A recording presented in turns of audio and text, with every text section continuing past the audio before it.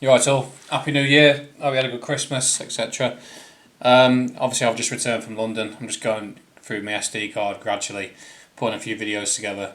And what I wanted to cover was I've had, amongst many other, but I've had one or two interesting experiences that really come to mind that I thought of the last couple of days really remind me of Blade Runner, the original Blade Runner movie with Harrison Ford as the main character.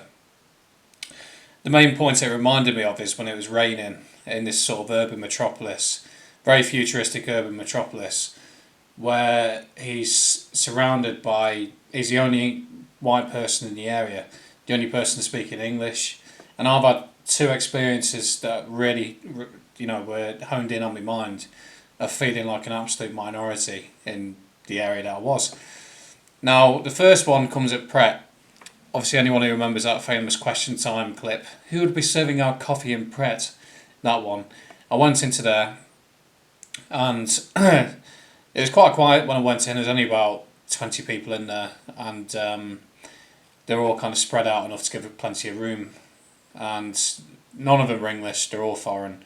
And I stood there listening, it was just like a babble of foreign languages, Oriental, South Central Asian, Indian, well obviously India's South Central Asian, but Eastern European, I think there's even the old African, Jamaican talking in their languages or whatever.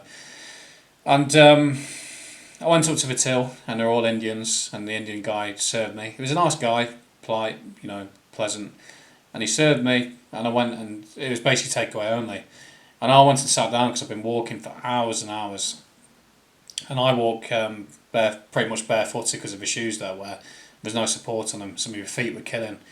And obviously my rucksack's quite heavy with the kit that I carry. So I sat down, I needed to give my feet a good long rest. I sat down and had my sandwich. And by this time there's more and more people coming in. There's a bigger influx. And I was sat there and I was just looking round. I was thinking, again, that Blade Runner movie, that Harrison Ford scene, when he's trying to work out how to use the chopsticks. It just reminded me of that. I just sat there looking around. I was like, this is crazy. It's like literally being in India or Pakistan or something, or fucking Baghdad, or I don't know. Like, people call it landing strip one now, London, sadly. It's just been that diversified. You don't know where you are anymore. And I was sat there looking around, and I'd finished my sandwich, thankfully, and the Indian chap came up from behind the till. And he come up to me and said, "Oh, sorry, you're gonna have to leave, sir. It's takeaway only." I mean, I got pissed off. I looked around just at the situation. I thought, this is what my granddad fought for in World War Two. Nothing again. It's nothing personal, but is this really what we fought for? You got this Indian lad coming up to me.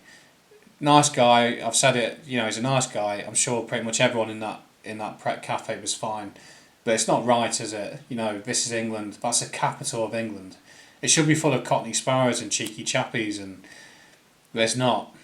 I was the only person in there that was English, without a doubt. And I said, well, first of all, I looked around and said, look, there's two people over there drinking tea. They're drinking coffee. They haven't taken theirs out. They're staying in here, aren't they? But anyway, it was time to go anyway, so, I sort of grumbled and took my time getting up and really made a point of taking my time of moving on. And I moved on, and that was the first thing I remember.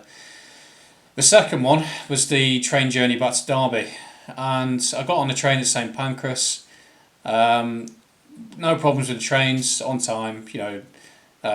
Decent bit of food before I got on the train, and so I got onto this carriage.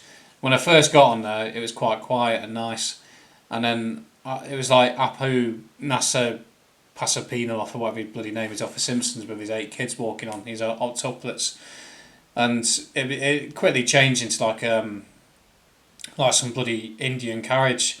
Again, I don't mean that in a patronising way. I don't begrudge Indians. I'm just saying, it was ridiculous. Like, the entire carriage, within a couple of minutes, was rammed with this. It must have been 2 or 3 Indian families with loads of kids, all speaking in their own language. Not one of them was speaking English. Bop, bop, bop, bop, bop, that's all I could hear.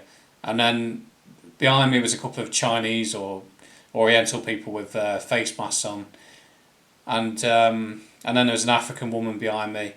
And I just looked around and thought, this is fucking an absolute joke. And I think there was one English lad at the back, and that was it on the entire carriage, just rammed full of foreigners, and that's from London to Derby. And the journey continued. It was quite irritating, but it continued. And we pulled into Derby. I got off at the train station, and I walked out, and it was pissing it down with rain. Obviously, absolutely chucking it down.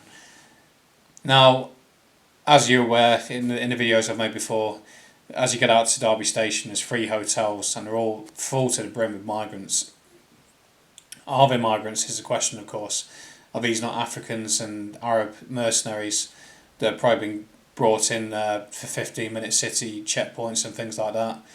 I had an experience of how easy it is for these people to block off the roads in London on New Year's Eve.